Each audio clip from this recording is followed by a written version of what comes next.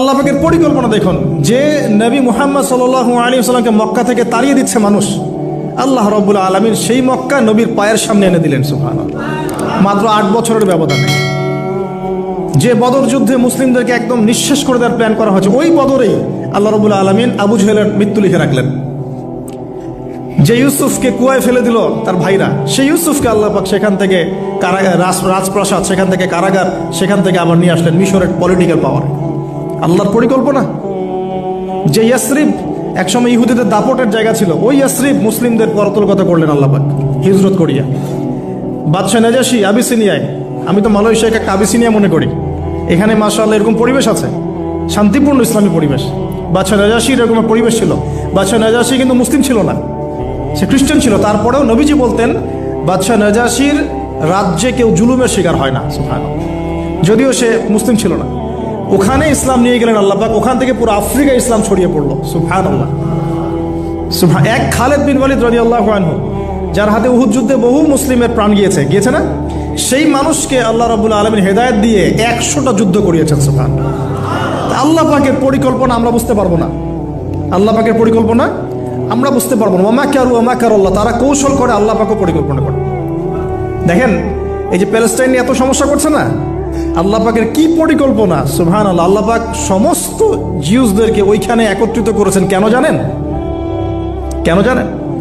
আল্লাহ পাক এই যে 1914 থেকে নিয়ে 2023 এই যে সালগুলো চলছে, 100 বছর, লাস্ট 100 বছরে সারা ওয়ার্ল্ডের জিউসদেরকে ওখানে একত্রিত কেন করেছেন জানেন? যেইভাবে আল্লাহ পাক ফেরাউনের দলবলকে লোহিত সাগরে ডুবিয়ে দিয়েছেন, ওইভাবে আল্লাহ পাক প্যালেস্টাইনিদের সবাইকে ডুবাবে ইনশাআল্লাহ। এটাও আল্লাহ পাকের একটা বড় পরিকল্পনা। এটা ওরা বুঝতে পারছে না, কিন্তু সময় সাক্ষী দেবে ইনশাআল্লাহ। দেখে নিন, আমরা 100% হলফ করে বলতে পারি এটা হবেই ইনশাআল্লাহ। এই কারণেই লাস্ট এই যে অটোম্যানদের ডিফিটের পর থেকে নিয়ে 1970 থেকে নিয়ে যে first world war, second world war করতে করতে সব জায়গা থেকে জিউসরাকে একত্রিত করেছে এখানে, বিকজ অফ লাস্ট একটা সর্বশেষ একটা ম্যাসাকার আল্লাহ পাক করবেন এদেরকে ইনশাআল্লাহ। কার হাতে? ঈসা আলাইহিস সালামের হাতে। আমাদের উম্মতের মধ্যে কে নেতৃত্ব দিবেন? ইমামুল মাহদি, যার নাম হবেন মুহাম্মদ। তার নাম কি?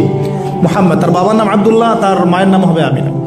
তো এটাও ক্লোজিং টাইম। এখন আসুন, তো আল্লাহ পাকের কি পরিকল্পনা। যৌবনকালটা আল্লাহ পাক মুসা আলাইহিস সালামকে ফেরাউনের ঘরেই কাটালেন, এবং আল্লাহ পাক মুসা আলাইহিস সালামকে দুটো গুণাবলী দিয়ে বড় করলেন। দুটো গুণাবলী মনে রাখবেন। এক হচ্ছে কওয়ী, তিনি শক্তিশালী ছিলেন, ফিজিক্যালি অনেক শক্তিশালী ছিলেন। আমিন মানে বিশ্বস্ত ছিলেন, কওয়ীউল আমিন। মনে থাকবে ইনশাআল্লাহ। আমরাও আল্লাহর কাছে দোয়া করি, আল্লাহ আমাদেরকে কওয়ী বানিয়ে দিন এবং আমিন বানিয়ে দিন। আমিন। এবার যৌবনে উপনীত হয়েছেন, টকবকা রক্ত, বাইরে বের হয়েছেন। বাইরে বের হয়ে দেখছেন যে দুজন ব্যক্তি লড়াই করছে, রজুলান ইয়াকতাতুলান, দুজন ব্যক্তি মারামারি করছে। একজন মিন শিয়াতি, তার বনু ইসরাইল কওমের মধ্যে, আরেকজন হচ্ছে আদুই, তার শত্রুর মধ্যে। তো মুসা আলাইহিস সালাম গিয়ে সাহায্য করতে চাইলেন তার কম। আমরা বলি না দেশি ভাই সাপোর্ট দিই, তাই না?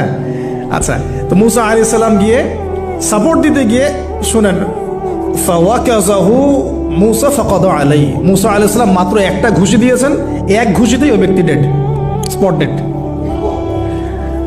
এই যে আমি গত একটা লেকচারে বলেছিলাম, চাইনিজ কন্টিনেন্টে যে মার্শাল আর্টসগুলো গড়ে উঠেছে, এই কোরআন থেকে গড়ে উঠেছে। তার আগে ওদের সভ্যতা ছিল, সংস্কৃতি ছিল, ঠিক আছে। এক ঘুষিতে মানুষ মারা যায়, এটা কোরআন বলেছে। এক ঘুষিতে মানুষ মারা যায়, এটা কোরআন বলেছে। ওরা এখন রিসার্চ করে বের করে যে 6টা-7টা স্পট আছে মানুষের দেহে, এক ঘুষিতে মানুষ মারা যেতে পারে। কোরআনকে আমরা মূল্যায়ন করি না, কিন্তু কোরআনকে সারা দুনিয়ার অমুসলিমরা মূল্যায়ন করে ওদের স্বার্থে তারা আমাদের কোরআনকে মূল্যায়ন করে, আমাদের হাদিসকে মূল্যায়ন করে। আমরা করতে চাই না, আল্লাহ মাফ করুক আমাদেরকে। আমরা কোরআন পড়তে চাই না, গবেষণা করতে চাই না, অর্থ বুঝতে চাই না, একটু আরবি ভাষা শিখতে চাই না, কোরআনের বালাগাত ডেইলি একটু তেলাওয়াত করবো এক পারা, সেটা করতে চাই না। আল্লাহ পাক আমাদেরকে মাফ করুক এবং কোরআন বলা বানিয়ে দিন। আমি কথাগুলো বলার উদ্দেশ্য আপনাদেরকে আঘাত করা নয়, আমি জাস্ট আপনাদের কলবে একটু ধাক্কা দেওয়ার চেষ্টা করছি, যাতে করে আপনারা সবাই কোরআন তেলাওয়াত করেন ডেইলি এক পারা করে। আল্লাহ কবুল করে নেন। এবার আসুন, দেখুন এবার কি হলো। এটা ইন্টেনশনালি ছিল না, আনইনটেনশনালি মুসা আলাইহিস সালাম এখন কিন্তু মানে হত্যার অপরাধী হয়ে গেছেন, তাই না? ফেরাউন তাকে ধরার জন্য বের হয়েছে দলবল নিয়ে, ওকে ধরতে হবে, এবার অ্যারেস্ট করতে হবে।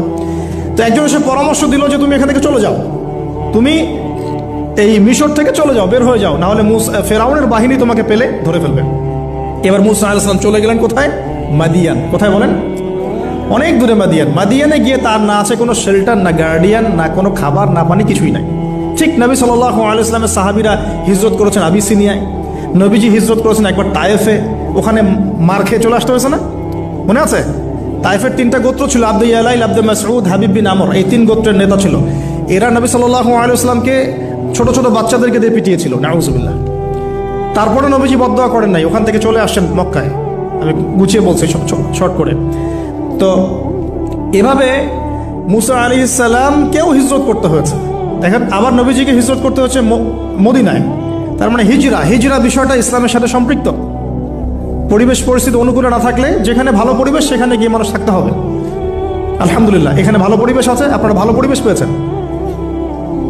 কিন্তু যারা চ্যালেঞ্জ গ্রহণ করে সমাজের জাহিলিয়াতগুলোকে সরানোর চেষ্টা করবে, সংস্কারের চেষ্টা করবে, তারা আল্লাহর কাছে অনেক বেশি পছন্দের। তার মানে প্রথম ফাইট আমাদেরকে করতে হবে। করতে করতে গিয়ে এক পর্যায়ে যদি দেখি যে না, আর পারছি না, তখন কি? হিজরা। এটা মাথায় রাখতে হয়। এখন নবী সাল্লাল্লাহু আলাইহি ওয়াসাল্লামকেও করতে হচ্ছে। মুসা আলাইহিস সালাম চলে গেলেন মিশর থেকে কোথায় বলেন? মাদিয়ানে। তখন আরেকজন নবী ছিলেন, তার নাম কি? শুআয়ব। এই তো মাশাআল্লাহ, শুআয়ব আলাইহিস সালাম। শুআয়ব আলাইহিস সালাম সম্পর্কে আল্লাহ পাক বলেছেন তিনি অত্যন্ত চমৎকার বাগ্মী ছিলেন। মানে তিনি নবীদের মধ্যে অনেক সুন্দর করে কথা বলতে পারতেন। সুবহানাল্লাহ, সুবহানাল্লাহ। তো শুআয়ব আলাইহিস সালামের কওমের নাম কওমে মাদিয়ান।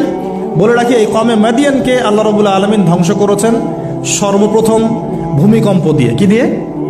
পৃথিবীতে সর্বপ্রথম যে জাতিকে ভূমিকম্প দিয়ে ধ্বংস করা হয়েছে তার নাম কওমে মাদিয়ান। কেন ধ্বংস করা হয়েছে? মাপে কম দিত। কি করতো? যেটা এখনকার ওয়ার্ল্ডের ইকোনমিক সুন্নাহ, নাউযুবিল্লাহ। মানুষকে ঠকানো এখনকার ওয়ার্ল্ডের ইকোনমিক সুন্নাহ। এবং এই মানুষকে ঠকানোর জন্য ইকোনমিক সেকশনে রিবা চালু করা হয়েছে। রিবা, সব জায়গায় রিবা, এভরি সিঙ্গল সেক্টর, যেটা under the foundation of World Bank আর IMF। রিবা আছে কি নাই? আর আমরা তো রিবাটাকে এখন মনেও করি না যে মায়ের সাথে জেনা করছি, মায়ের সাথে জেনা করছি। এটাই তো হাদিসের কথা।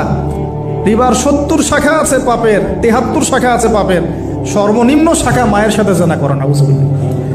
তো এটা ইকোনমিক সুন্নাহ হয়ে গেছে না এখন? মানুষকে ঠকানো, মাপে কম দেওয়া, রিবা। আর আমরা তো মাশাআল্লাহ ঘুষ ছাড়া কিছু হয় না, দুর্নীতি ছাড়া হয় না, টেবিল পাসই হচ্ছে না। আল্লাহ মাফ করুক আমাদেরকে। তবে এগুলা আমাদের ইবাদতকে নষ্ট করে ফেলছে। কারণ হারাম রিজিক থাকলে ইবাদত, দোয়া কবুল হয় না। আল্লাহ পাক আমাদেরকে হালাল খাওয়ার তৌফিক দান করুন। এখন প্রিয় ভাইরা, ওখানে গিয়ে কিচ্ছু নাই, নিঃস্ব অবস্থায় কি দোয়া করতে পারেন একজন মানুষ? এই দোয়াটা শিখে নেন, ইনশাআল্লাহ আপনার জীবনের সমস্ত সংকট কেটে যাবে ইনশাআল্লাহ। আমি নিজেও এই দোয়াটা বেশি বেশি করার চেষ্টা করি। দোয়াটা হচ্ছে, মুসা আলাইহিস সালাম একটা গাছের নিচে হেলান দিয়ে বসলেন। বসে দেখলেন দুজন মেয়ে দাঁড়িয়ে আছে দূরে, পানি নিতে পারছে না। লোকজন পানি নিয়ে যাচ্ছে, ওরা দাঁড়িয়ে আছে বেচারি। মুসা আলাইহিস সালাম গিয়ে বললেন, কি সমস্যা আপনাদের? এটা নিয়ে আপনারা আবার মেয়েদের সাথে কথা বলার চেষ্টা করেন না, ঠিক আছে? তো মাহারাম গায়রা মাহারাম মেনে চলে। তারা বললেন যে আমাদের বাবা অনেক বৃদ্ধ মানুষ, আমরা পানি নিতে পারি না যতক্ষণ না আমাদের কম পানি নিয়ে চলে যায়। মুসা আলাইহিস সালাম তো একটু বললাম না, ফিজিক্যালি খুব স্ট্রং ছিলেন। থাকে না বডি বিল্ডার, সামনে গিয়ে কথা বলে সরব, পানি দিতে দাও, তখন মানুষ একটু মূল্যায়ন করে না।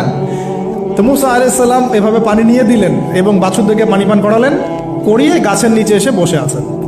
বসে বসে তিনি দোয়া করছেন। এই যে দোয়াটা তিনি দোয়া করছেন, রব্বি, একটা নেক কাজ করলেন না, মানুষের উপকার করলেন, নেক কাজ করে এসে গাছের নিচে বসে দোয়া করছেন, আল্লাহ এখানে তো আমার খাবার, পানি, বাসস্থান কিছুই নাই, আমি কি করব? রব্বি ইন্নী লিমা আনজালতা ইলাইয়া মিন খায়রিন ফাকির।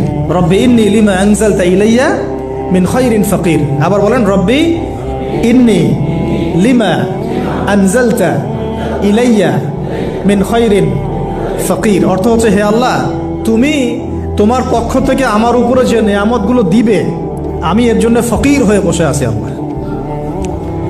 অর্থ বুঝে পড়বেন ভাই, নামাজ, রোজা, হজ, যাকাত যাই করেন আল্লাহর ওয়াস্তে অর্থ বুঝে পড়বেন। অর্থ বুঝে পড়লে আপনার ইবাদতের স্বাদ পাবেন, তৃপ্তি পাবেন, আল্লাহর সাথে কানেকশন হবে, আল্লাহর নূর পাবেন, মাআরিফত পাবেন, সত্য স্বপ্নও দেখবেন তখন ইনশাআল্লাহ। তখন সত্য স্বপ্ন দেখবেন ইনশাআল্লাহ। আল্লাহ পাক তৌফিক দান করবেন। এবার আল্লাহ পাকের সাহায্য নেমে আসলো। ওই দুই মেয়ের মধ্যে একজন হেঁটে হেঁটে চলে আসে। এবার এই মেয়ের হাঁটা সম্পর্কেও কোরআন কথা বলেছে, সুবহানাল্লাহ। এই মেয়ে কিভাবে হেঁটে এসেছে এই হাঁটার বর্ণনাও কোরআন দিয়েছে। কোরআন বলেছে এই মেয়ে হেঁটে আসছে লাজুক পায়ে। কি পায়ে? এখন আপনি এই পুরো ওয়ার্ল্ডের মেয়েদের হাঁটা দেখেন, লজ্জা আছে? তাহলে মেয়েদের সাথে লজ্জা একটা গভীর সম্পর্ক আছে। এই মেয়ে প্রশংসা আল্লাহ পাক কোরআনে করলেন, লাজুক পায়ে লাজুক ভঙ্গিতে অবনত নয়নে সে হেঁটে আসলো। এখন আপনি কেলে যান, গো টু খেল, আপনাদের টুইন টাওয়ারে যান, দেখেন সবার হাঁটা চলা দেখেন। হায়া হায়া লজ্জার কোনো বালাই আছে এখানে?